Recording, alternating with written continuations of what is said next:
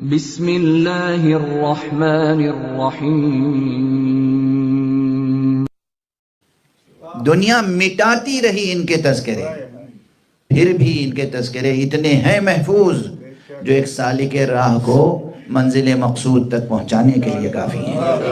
اور یہی دیکھ کر اس آیت کی صداقت سمجھ میں آتی ہے، اِنَّا نَحْنُ نَزَّلْنَا الذِّكْرَ وَنَحْنُ لَهُ لَحَافِظُونَ۔ ہم نے ذکر کو نازل کیا ہے اور ہم اس ذکر کی حفاظت کرتے ہیں۔ ہم نے اس ذکر کو، ورنہ ذکر آل محمد کو مٹانے کے لیے دنیا نے کیا کچھ نہیں کیا، مسلسل، تو 1500 برس کی تاریخ گواہ ہے ذکر محمد و آل محمد کو مٹانے کے لیے۔ باغی شام نے، لوگ حاکم شام کہتے ہیں، میں باغی شام کہتا ہوں۔ اب اس میں دیکھیے، اصل میں یہ ہے کہ وہ لفظ باغی کا اس سے بہتر ادبی استعمال ہو نہیں سکتا۔ میں تھوڑی سی وضاحت عرض کر دوں کہ باغی کے معنی کیا ہوتے ہیں۔ باغی کوئی دشنام تھوڑی ہے، باغی کوئی فحش لفظ تھوڑی ہے۔ بالکل جیسے میں سے ہندوستان میں مجھ سے بعض پڑھے لکھے ہندو بھائیوں نے پوچھا کہ آپ ہمیں کافر کیوں کہتے ہیں، توہین کرتے ہیں؟ میں نے کہا ہرگز نہیں، لفظ کافر کوئی دشنام نہیں ہے، لفظ کافر کوئی فحش نہیں ہے، کوئی نعوذ باللہ گالی نہیں ہے، سلینگ بھی نہیں ہے۔ لفظ کافر تو اتنا اچھا لفظ ہے، حسین لفظ ہے، جو آپ کے اردو شعراء میں ہندو شاعروں نے بھی جو شاعری کی ہے اس میں اپنے معشوق کو کافر کہہ کے پکارا۔ تو اگر کوئی لفظ ہے، اگر کوئی لفظ نعوذ باللہ، اگر کوئی لفظ ایسا ہوگا جو ناشائستہ لفظ ہوگا، تو کیا آپ اس کو اپنے محبوب کے لیے، معشوق کے لیے استعمال کریں گے؟ کافر بہت حسین لفظ ہے۔ اور اسی طرح سے میں عرض کر رہا ہوں کہ باغی بھی بہت حسین لفظ ہے۔ باغی کا استعمال میں عرض کروں، حدیث پیغمبر میں صلی اللہ علیہ وسلم، باغی کے اصل معنی ہے طلب کرنے والا، چاہنے والا، کسی چیز کو چاہنے والا، طلب کرنے والا، اور ذرا ایگریسیو انداز سے چاہنے والا۔ ایک ہے طالب اور ایک ہے طلب میں شدت ہو تو وہ باغی ہے۔ اور اسی لیے ایک حدیث میں جو مولا امیر المومنین علی ابن ابی طالب علیہ الصلاۃ والسلام سے بھی مروی ہے، اور خود حضرت صلی اللہ علیہ وآلہ وسلم سے بھی مروی ہے، اور وہ یہ ہے کہ آپ نے فرمایا یا باغی العلم، یعنی اے علم کے طلبگار۔ ایک جگہ یا مبتغی العلم، ایک جگہ یا باغی العلم، اے علم کے طلبگار۔ کاش کہ ہم سب ایسے باغی ہو جائیں۔ علم کا باغی اور ہوتا ہے، مال کا باغی اور ہوتا ہے۔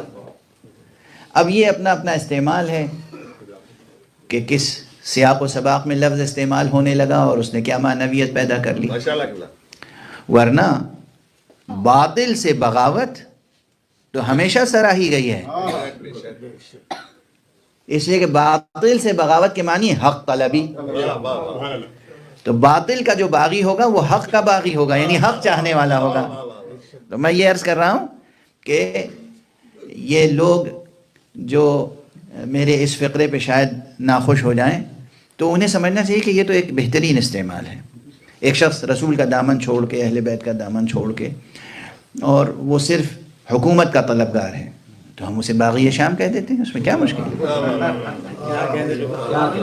امیر شام و حاکم شام یہ سب کہنے کی ضرورت نہیں ہے، اس کی اصل صفت ہے کہ وہ باغی شام ہے۔ یہ اس کی صفت بھی ہو گئی، ذاتی وصف بھی ہو گیا، اور تاریخ کا ایک سیاسی حوالہ بھی ہو گیا۔ تو بات کہاں سے کہاں تک چلی جاتی ہے؟ باغی شام کی جو کوششیں تھیں، ان میں ایک یہ کوشش تھی کہ اذان سے اشہد ان محمد رسول اللہ بھی ہٹ جائے۔ یہ ان کے اعترافات میں تاریخ کی کتابوں میں موجود ہے کہ جب مؤذن کہتا تھا اشہد ان محمد رسول اللہ، تو اپنے قریب کے بیٹھنے والوں سے ایک سرد آہ کھینچ کے کہتے تھے دیکھتے ہو، دیکھتے ہو۔ اس نے جو لفظ کہتا تھا وہ ہم کہہ نہیں سکتے، حضور کے لیے تحقیر کا کلمہ، دیکھتے ہو کہ اس نے اپنا نام اذان میں بلند کیا، پوری دنیا میں ہر جگہ اس کا نام لیا جا رہا ہے۔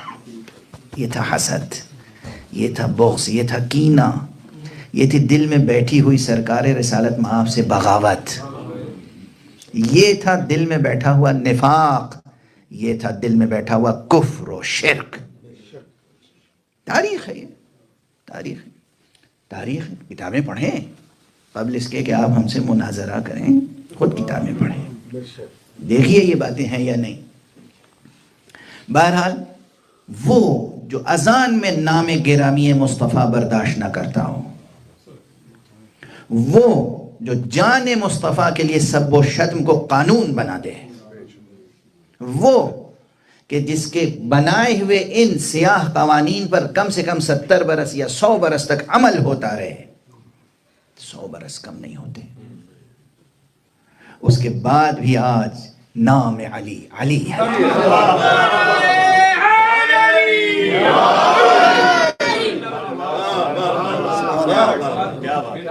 اس کے بعد بھی آج کسی کو بھیک بھی ملتی ہے تو اسی نام پر،